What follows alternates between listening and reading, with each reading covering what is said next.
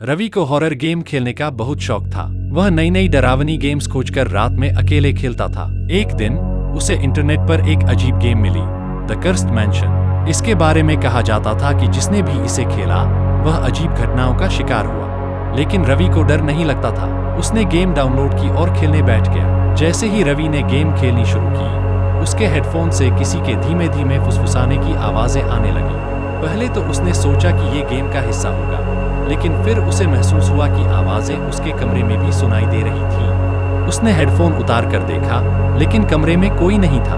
रवि ने इसे अपनी कल्पना समझकर फिर से गेम खेलनी शुरू की। गेम में उसका कैरेक्टर हवेली की अंधेरी गलियों में घूम रहा था। अचानक स्क्रीन पर एक दरवाजा खुला और उसमें से एक परछाई निकली। तभी बिजली चमकी और उसके कमरे की लाइटें बंद हो गईं। स्क्रीन पर एक संदेश दिखा। रवि का दिल जोर जोर से धड़कने लगा।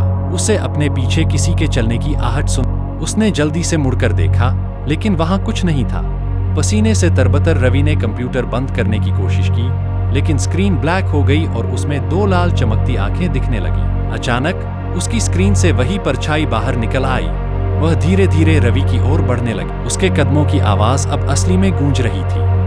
रवि ने चिल्लाने की कोशिश की, लेकिन उसकी आवाज बाहर नहीं निकली। अगली सुबह उसके दोस्त उसे खोजने आए।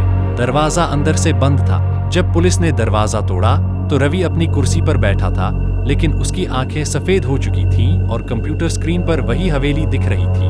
अब उसके कैरेक्टर की जगह रवि का चेहरा था। खेल शुरू हो चुका है। अब तुम्हारी बारी है।